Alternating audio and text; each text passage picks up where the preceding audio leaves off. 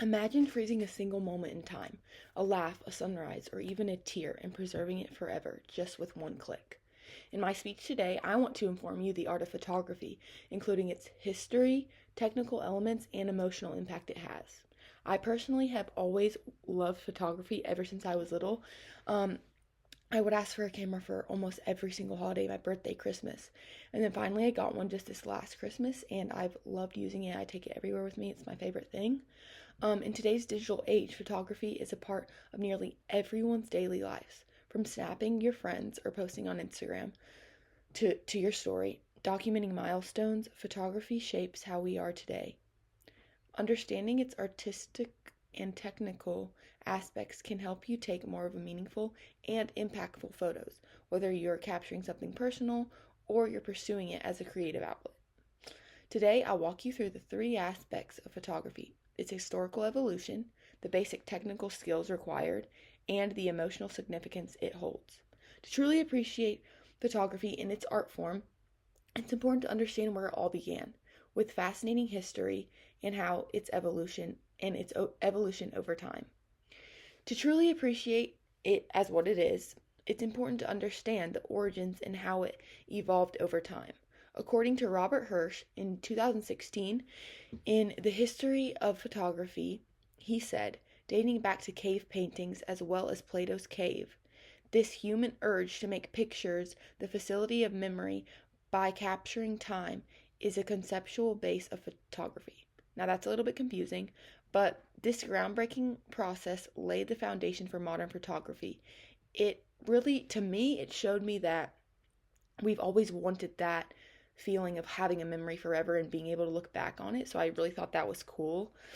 Um, and in the decades later, following this, like so many years later, the camera was finally invented and it brought clarity and that realness that they were looking for all those years before. A major turning point was in 1888 when George Eastman introduced the Kodak camera. According to Roswell Blum in 1884 in A World History of Photography, he said it allowed everyday people, not just professionals, to take photos easily and affordable.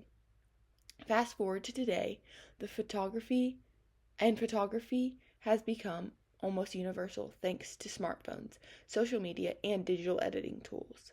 This evolution has made it possible for virtually anyone to participate in photograph arts, whether it be for personal or journalism or maybe a fine art. But now everyone has access to it, which is actually insane. While understanding photography's history helps us see it become accessible, grasping its technical side is essential to taking great photographs. So, it at its core, photography blends with creative vision, with technical skill. Three crucial elements appear. Its aperture, shutter speed, and ISO or ISO make up what photographers call the exposure triangle. I had to do a lot of research on this part because I wasn't fully aware of what all these things were. Like I've heard of them, but I couldn't tell you in depth what they were, so I had to do a lot of research. And basically, these settings control how much light appears, like how much light enters the camera and how the final image appears. So aperture affects the depth of the field.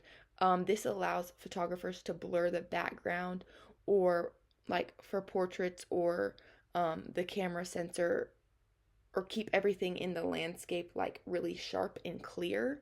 The shutter speed controls the length of the time the camera sensor is exposed to light. So that one's a little bit confusing, but it can freeze fast action. So like maybe someone running, it can freeze them and it can look really clear, or it can create motion, like it can create a blur for something that's moving fast. So like someone like kicks a soccer ball or something, it can make the person freeze but the soccer ball move, which I think is actually so cool.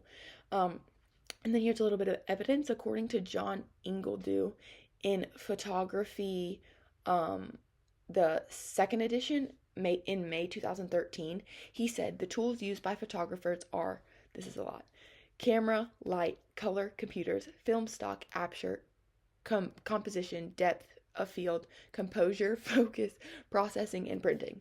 That is insane. But while modern smartphones offer automatic settings, learning these fundamentals gives photographers greater control and creativity and freedom.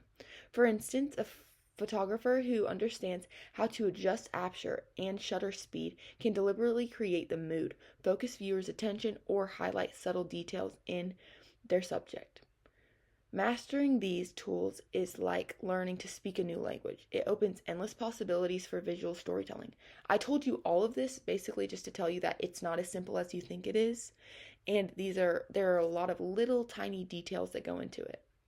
Now, with the technical side, there's always an emotional side, so which is what I like the best. So, photography does more than document moments. It tells stories and it resonates across time and culture.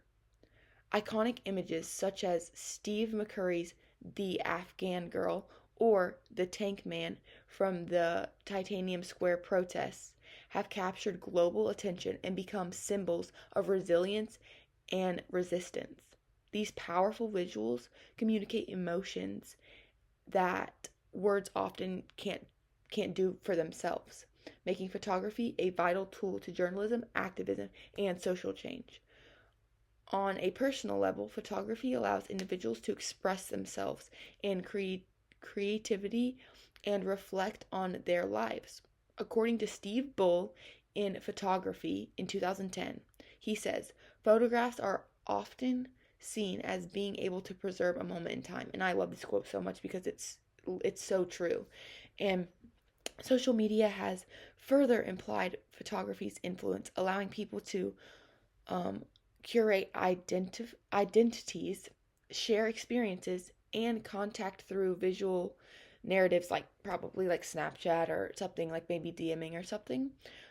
In this way, photography is not just an art or a hobby. It's a deeply human way of understanding and communicating in our world. It also takes the most insane events like protesting and all that sort of things, and just with one simple click it can be all around the world, which I think is amazing. As we've seen, photography is far more than just pointing and clicking. It's a craft rooted in history, guided by technique, and driven by emotion. Now let's bring everything together. Today we explored the rich history of photography and the essential techniques behind capturing great images and the deep emotional value photography holds. Now, our 3 points were the history and the evolution of the photography. Then we had the technical elements, which were a little confusing, but I think we understood a little bit. And then the emotional impact of photography, my favorite. So, after all of this, I really do encourage you to go pick up a camera or even just your phone and start capturing the world around you. I think you'll be surprised at what you can find if you just walk outside and just start playing with your phone and like go into settings and play with it. I love doing that. And I think you should explore angles, play with the lighting, and most importantly, just tell your story. So next time you lift up your phone or camera, remember you're not just taking a picture, you're capturing a story the world may never see again. Thank you.